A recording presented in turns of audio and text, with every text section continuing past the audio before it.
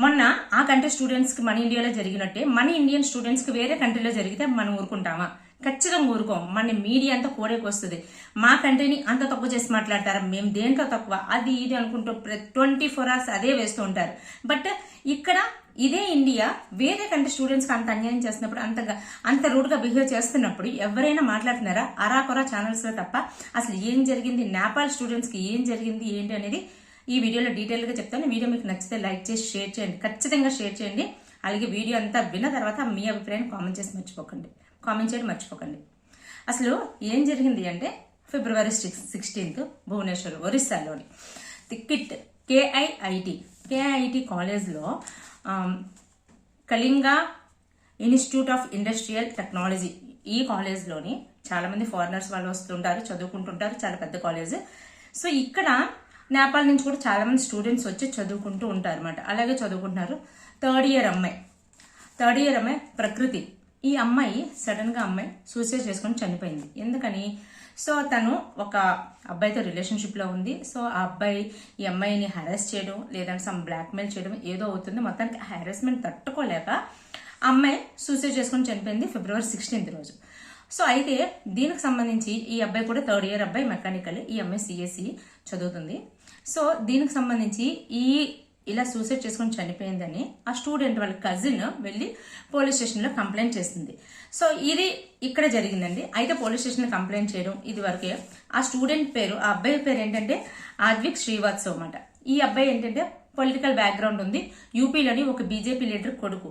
So ఈ political background ఉంది. ఇది ఉండేసరికి అక్కడ కాలేజ్ వాళ్ళు ఏంటంటే ఆ సూసైడ్ మ్యాటర్ బయటకు వస్తుందోనో లేకపోతే ఏంటో అని తెలియదు, కానీ అక్కడికి అలా మాఫీ చేసేయడానికి చూసారు.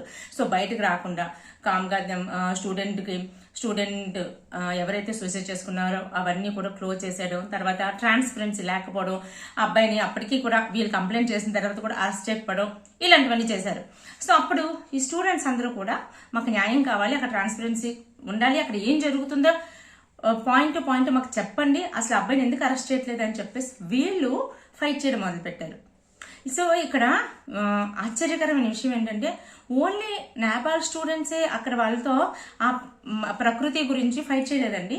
మన ఇండియన్ స్టూడెంట్స్ కూడా కలిపే అక్కడ ప్రొటెస్ట్ చేశారు.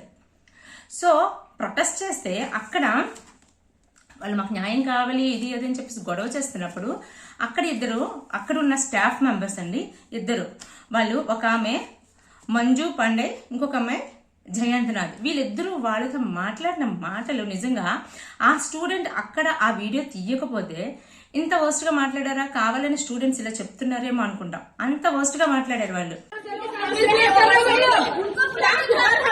40,000 बच्चों को मतलब आदमी खिला रहा है, पढ़ा रहा है, फ्री में बिठा के। तुम्हारे कंट्री का उतना बजट होगा, उतना बजट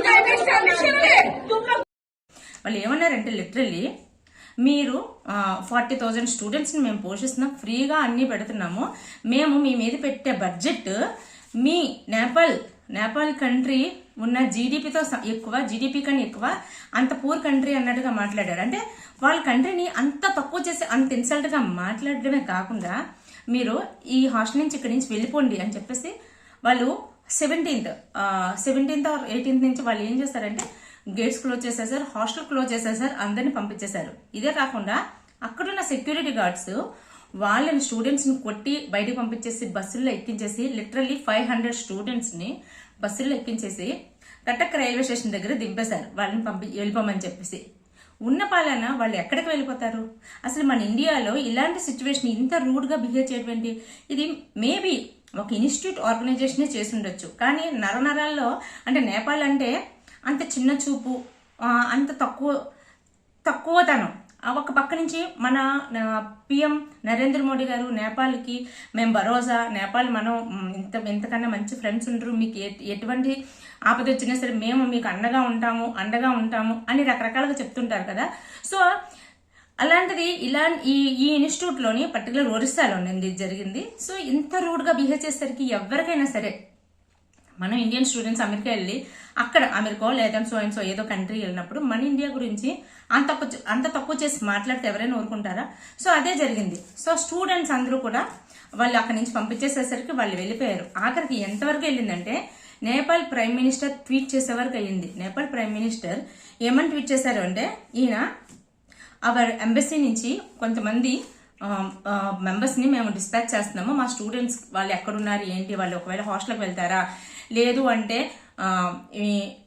ఇంటికి వస్తారా ఏంటో కనుక్కోవడానికి మేము ఎంబసీ నుంచి మేము పంపించుకుంటున్నాము, అలాగే ప్లీజ్ దయచేసి అక్కడ సిచ్యువేషన్ని సెట్ చేయండి అని చెప్పేసి అక్కడున్న ప్రైమ్ మినిస్టర్ రియాక్ట్ అవ్వాల్సిన సిచ్యువేషన్ వచ్చింది.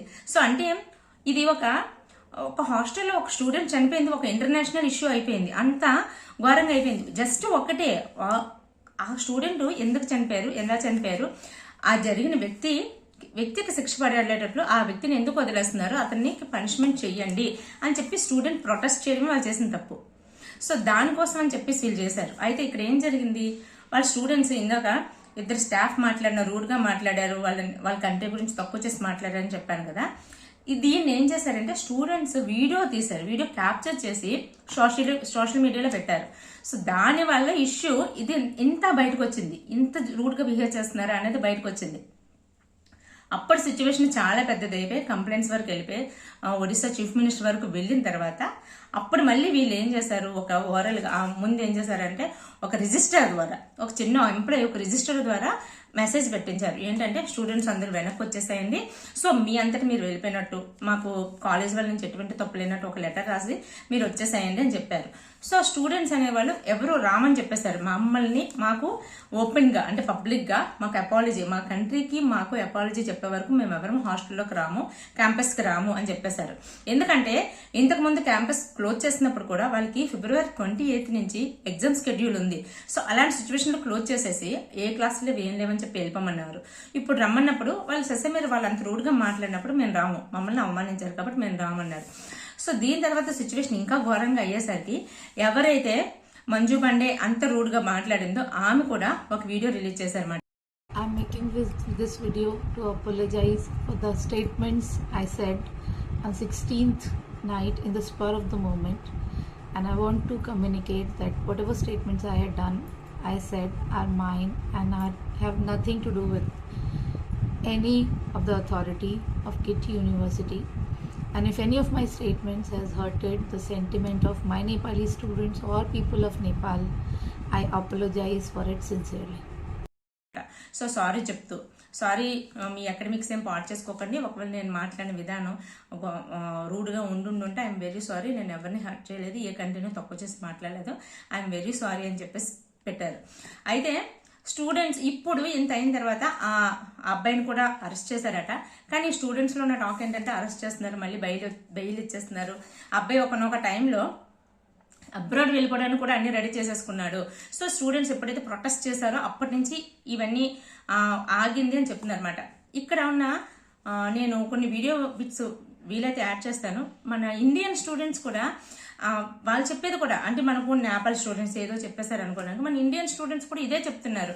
అసలు వాళ్ళు చాలా రూడ్గా మాట్లాడారు, నేపాల్ కంట్రీ గురించి అలా మాట్లాడడం చాలా తక్కువ చేసి మాట్లాడారు, మాకే చాలా బాధ అనిపించింది. సో వాళ్ళు ఎలా అయినా సరే సారీ చెప్పే వరకు మేము అందరం వాళ్ళతో పాటు కలిపి మేము ప్రొటెస్ట్ చేస్తామని చెప్పిన విధానం సూపర్ అంటే సూపర్. స్టూడెంట్స్ నిజంగా ఆ రోజు అక్కడ ఆ వీడియో తీయకపోతే ఇంత రూడ్గా బిహేవ్ చేశారనే తెలీదు.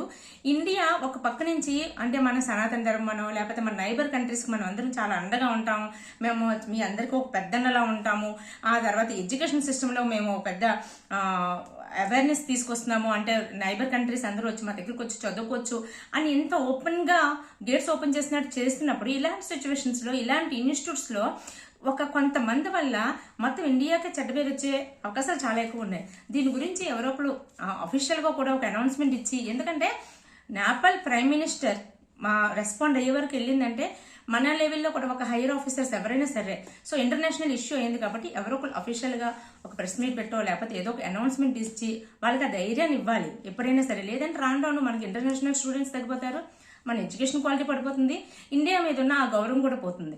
సో ఇదండి జరిగింది ఓవరాల్ గా. సో నెక్స్ట్ మరి ఏం జరుగుతుంది, స్టూడెంట్స్ ఇంకా నేను వీడియో చేసే వరకు అయితే వాళ్ళు అయితే కాలేజ్కి ఇంకా రాలేదు. సో ఎప్పుడు వస్తారు ఏంటి అనేది మాక్సిమం వచ్చేస్తారు, ఎందుకంటే వాళ్ళు అకాడమిక్స్ స్పాట్ చేసుకోకూడదని అందరూ రిక్వెస్ట్ చేస్తున్నారు.